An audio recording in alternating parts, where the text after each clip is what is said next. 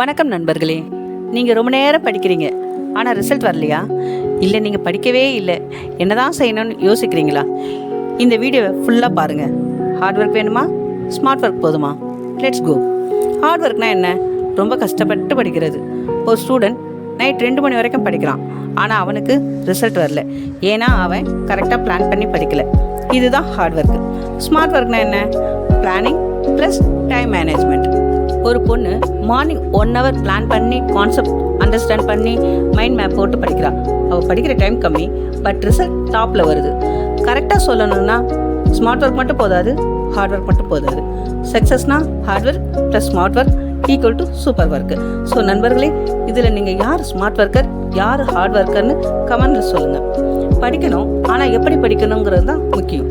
So நீங்கள் என்ன பண்ணணும்னு நான் சொல்கிறேன், நோட் பண்ணிக்கோங்க.